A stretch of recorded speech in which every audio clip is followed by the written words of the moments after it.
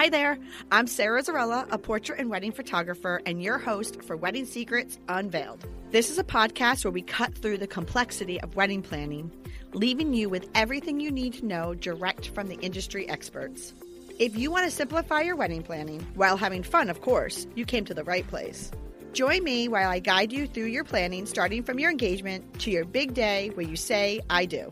After photographing for the past 18 years, I am sharing with you tips and tricks to cut through the excess noise because I believe from the moment you said yes, your planning experience should be a magical time in your life.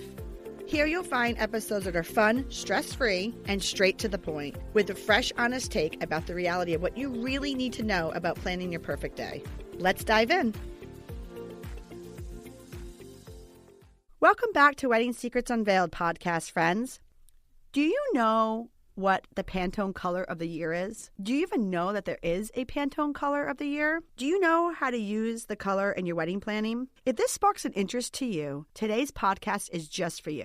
And you know who loves color is today's guest, Leah Weinberg, who is the owner and creative director of the Color Pop events based in New York City. She's also the author of the book, The Wedding Roller Coaster. In today's episode, we're going to dive into color and how to incorporate it in your wedding planning. So sit back and relax on this short episode about all things color. Well, hello, Leah. Hi. Thank you for joining us. Thanks so much for having me today. I am very excited to kind of just dive into this week's episode. But before we do, can you tell our listeners a little bit about who you are, who you serve, and what you do in your business? Absolutely. So I own Color Pop Events, which is a wedding planning company based in New York City. I've been in business for about 8.5 years at this point. And prior to starting my company was a commercial real estate attorney for several years. Well, that's quite a shift in career. Quite a shift. Well, not really. It's helping people. A lot of transferable skills. It's just the subject matter is completely different. I was about to say, because at first I was like, oh, that's quite a shift. But no, it's the same skills. You're still dealing with people and helping people, but it's just the shift of the subject, right? Yes. And planning for the worst case scenario. So and also to dealing with people's emotions of buying. So how's that? Oh, yes. 100%. Well, today we're going to be talking all about color and the Pantone color. So why don't you tell our listeners what the Pantone color of the year is? Yeah. So in December, Pantone announced that their 2022 color is called Very Peri. So it's Peri as in periwinkle, a light shade of purple. So what was the kind of the initial reaction with this color for the year? I loved it. I think it seemed to be very polarizing, but I mean, color is color. So I think either you love it or you don't. And so a lot of people didn't necessarily love it. I personally liked it because I felt like it's a good sort of middle ground for a color of the year. So like if you're somebody who likes to stay a little bit neutral, you can work this color in and it's not going to be overwhelming or too bold. But then on the other hand, you can use it to accompany and move you into some more bolder and a little more like courageous, vibrant color as well. Compared to some of the colors in the years past, what is the difference with this color? What happened this year, which was unique, is they actually created a brand new color for 2022. So in years past, they've selected existing Pantone colors. And this year, I guess they felt that after what we've all been through for the past 2 years, we could use something a little, something new and refreshing and exciting rather than just recycling something that already exists. Oh, you know what? I didn't know that. Yeah.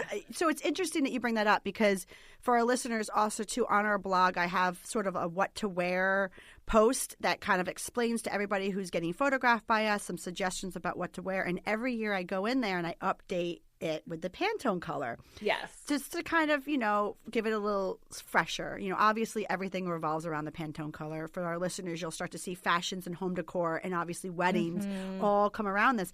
But you know what, Leah, you just educated me on something that I didn't know. I didn't realize that this was a made-up color. I always thought that they pull colors. In years past, yeah. So this year was a made-up color. Also, for the last few years, I feel like they've been doing color pairs.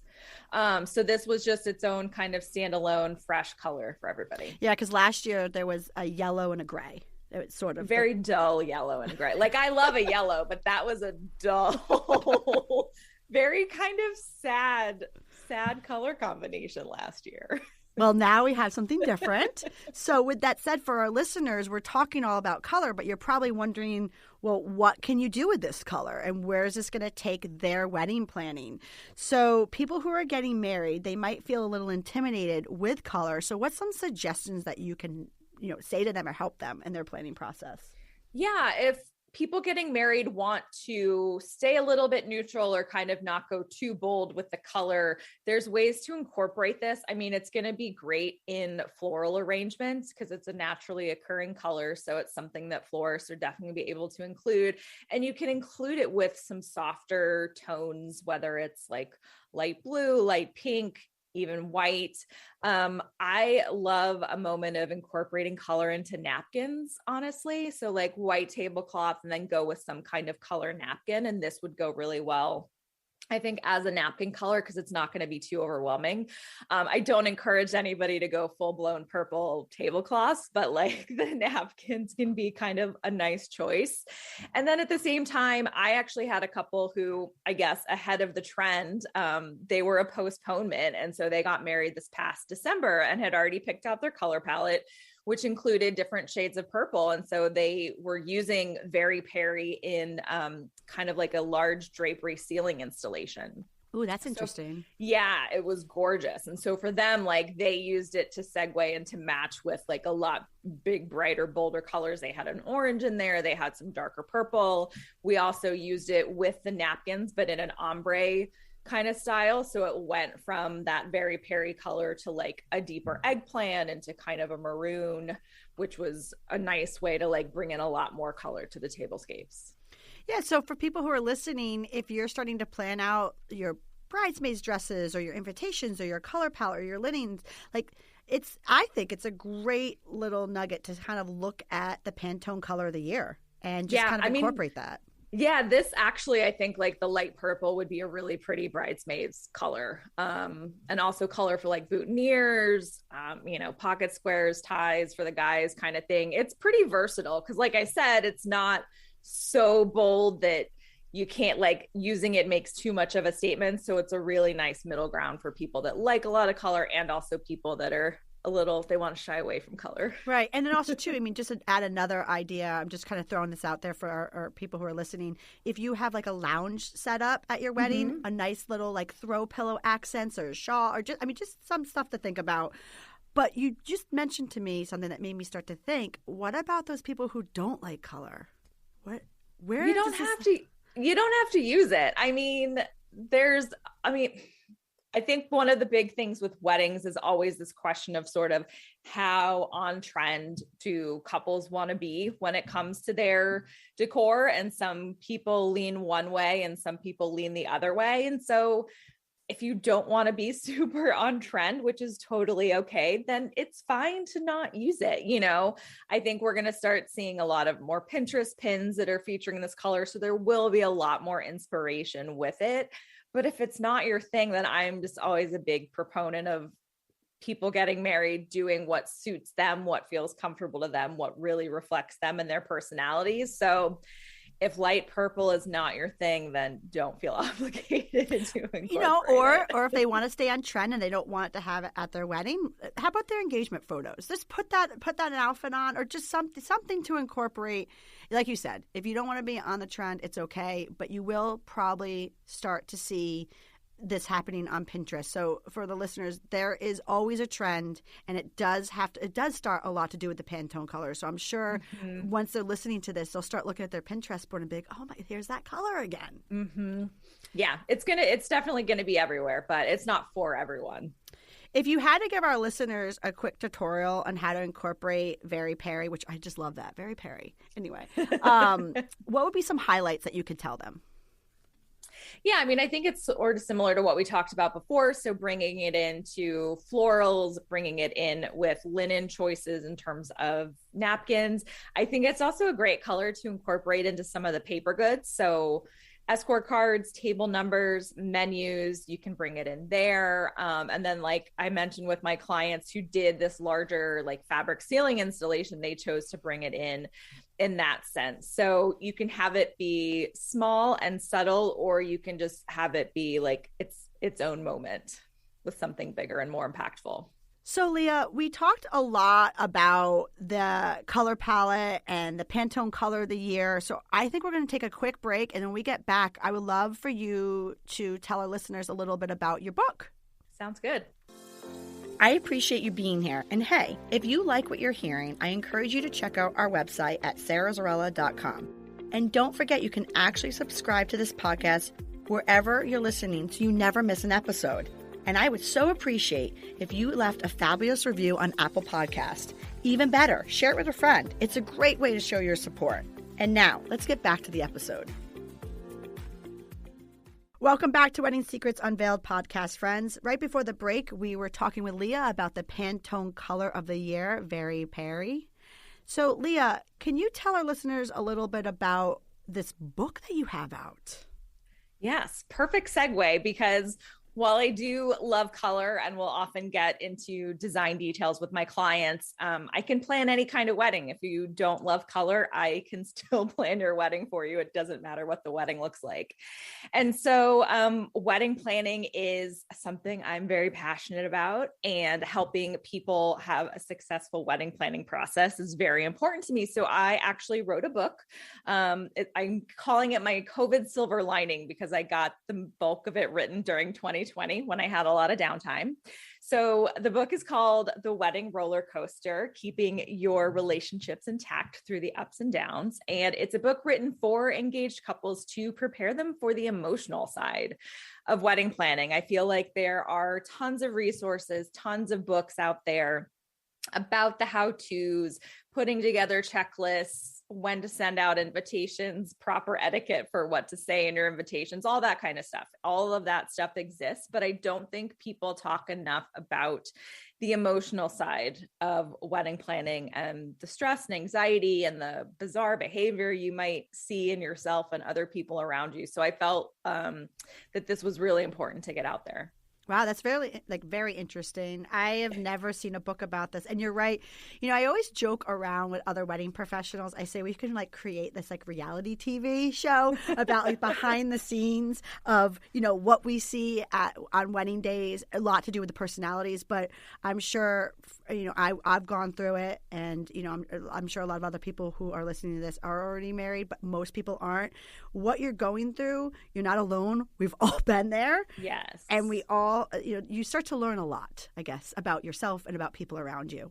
Totally. Yeah. And I think that point about you're not alone is actually really important, because when people are in the middle of the wedding planning process, it can sometimes feel kind of isolating, and you can feel like you're the first person who's ever been experiencing whatever issue you're experiencing. And I can tell you that you're absolutely not.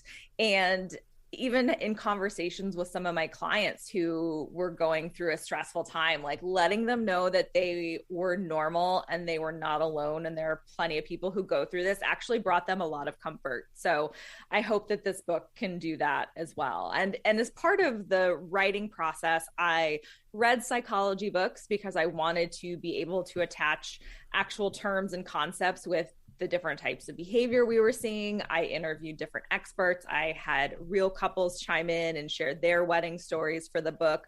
So it's really all encompassing. It's meant to be part academic, part anecdotal, with bizarre stories, good or bad, so that people just feel like they're not alone during this process. I love it. And for our listeners, what I'll do is on our podcast show notes, I will put a link to your book, so that way people can check it out. Perfect. So, Leah, getting back to the colors, you talk about the emotional end of getting engaged, and, you have this fabulous book that people can read. But we talked a little bit about the Pantone color. I'm sure a lot of the listeners once people find out that they're engaged, I'm sure a lot of people get the number one question is so what's your colors going to be? Yeah. And people are not, when you first get engaged, you are not prepared for that question. It's one of the things that I try to prep people for, like people are going to ask you and just say like, we don't know, we haven't picked it yet. It's almost kind of the same thing with asking like, what's your theme? I feel like these are sort of dated questions because not all people are going to necessarily have a theme. They may not have a color palette. And sometimes people change color palettes or change whole design aesthetics during the wedding planning process. So I feel like it's kind of a bizarre question to ask, but it's also what can make sure that you're working with somebody who gets you and understands your vision. So I recently had a couple, they got married this past December. And when we first started working together, they were like, we want to have a holiday themed wedding, kind of like a mid-century modern Christmas vibe. And first of all, I loved it because I love Christmas and I've always wanted to have sort of a holiday themed wedding that I could help design and help plan. But it wasn't as just straightforward as like, we're having sort of a Christmas wedding party. They didn't want that. And the bride wanted to lean into the holiday aspect a little bit more. The groom didn't want it to feel too Christmassy. So part of that process was kind of picking non-traditional holiday colors. So a kind of a different color palette. So basically we settled on two sort of different palettes for them. One was a cooler color palette of like blues and purples. One was warmer with some pinks and reds, oranges and yellows. And we actually alternated. But we didn't want to go with the traditional red and green because obviously that's definitely going to feel like a very Christmassy thing. So that was a really fun, just kind of exercise in bringing their vision to life and finding exactly what it was that was going to make them both happy. You know, you talk about exercise. So how about what's some suggestions that you can give our listeners who want to decide on a color palette? How can they go about, what's their first steps of trying to figure out a color palette for them? I always suggest that clients put together a Pinterest board or whatever way they're comfortable kind of like aggregating inspiration photos is to just start looking at things and pinning things that catch your eye, pinning things that you like, and not necessarily with any kind of theme or any specific color palette in mind when you're doing that. Because I think once you get this gallery of images together, if you take a step back and look at it from a high level, the colors are going to be obvious. Like I think that most people are going to naturally sort of pin things within a similar color palette. And so you go in, you don't really know what you want. You just pin what you like. And then when you take a step back and you look at it and you go, oh, wow, I really like lots of blues and purples, or, oh, I'm really drawn to like yellow and orange. Things are going to become, and different patterns and trends are going to be evident within what images they pin. And so I think that's kind of the way to back your way into a color palette. All right, Leah. So for our wrap-up question, you just explained to everybody to kind of get that Pinterest board going. So what are some key points that couples should be thinking about when they're trying to select a color palette? Yeah. So I think the thing is to take what you've gathered on Pinterest and identify kind of like one primary color that is going to be your anchor for the color palette. So that's going to be what drives all the complementary colors to it. And so there are different websites that couples can actually get on and play around with in terms of like they put in the main color, and then it allows them to kind of sort through complementary colors and they can see what they like or what they don't like. And sometimes, honestly, it's just kind of a process of elimination. Sometimes you can't really verbalize exactly what it is that you do like, and then you end up backing into a color palette. I know that when I got married, my color palette actually changed based on the dress that I got. So I knew I wanted red, and I was thinking like sort of black and silver accents with that. But I also knew that I was not going to buy a white wedding dress.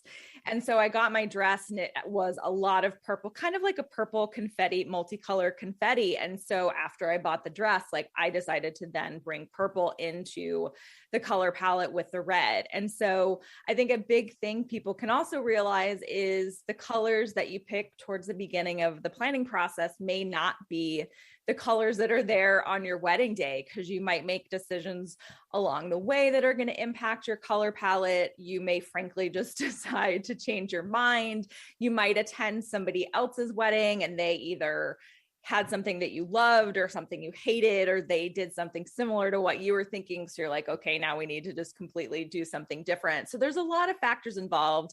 None of this has to be static. It's something that couples should enjoy doing and playing around with if they're the creative types. So I think just keep an open mind when it comes to colors and your wedding. It's funny you say that, because I had a friend who was planning their wedding. This is going back like a few years ago. And she, midway through, wished that she was able to change her color palette, because I think she got to like the invitation portion and she picked out this invitation that she just absolutely loved and didn't have the colors. And she just said, I want to change it. And I said, well, why can't you? Now, it's probably a wedding planner's nightmare, like when you're about to do that, but why can't you? Yeah. I mean, nothing is set in stone. Florists don't buy their flowers till a month before. So like 2 months before your wedding or a month before, it should be, let's clarify. It should be set in stone, but like florists will buy their flowers a month before. You can finalize your rentals a month and a half, 2 months before. So and like you're sending your invites out at about that 2.5, 3 month mark. So there's plenty of time to change your mind. And even who says you can't have one color palette on your invitations and another on the day of? Because it's like nobody's bringing their invite with them to the table and going, oh, these colors are totally different. Nobody's going to remember what the colors were on your invitation. So even that doesn't lock you into anything. Well, I just think you gave a lot of knowledge for people. You know, if you are sitting here and listening and trying to figure out where to go with your color palette, I mean, for starters, look at the Pantone color. Start right there and see just start with that, you know, and then also too, you know, for people who already have their color palette already picked out, you know, be aware that that's what the Pantone color is, because we are going to start to see that come out in all avenues of our life. You know, I mean, everywhere from home decor to high fashion, that's where they started. Do you know, by the way, how Pantone picks their color? Just out of curiosity, do you know? I don't know the actual process. I know because I researched it. They started this in 2000. They started the Pantone Color of the Year in 2000 to kind of, I mean, just be something trendy that they could help kind of control and influence. But I actually don't know the behind the scenes process of, you know, like whether people vote, like whether internally they vote on it, or if there's just one person who's like their, you know. If anybody who's listening knows, please let us know. But you know what? It's funny that you say that, because they do influence. I mean, they absolutely influence. And, you know, and for weddings too, I see 100% an influence. And you know what, you guys, you may not even know that you're being influenced by the Pantone color, but you are, because like you said, it's on trend. So things just start coming out through Pinterest that way.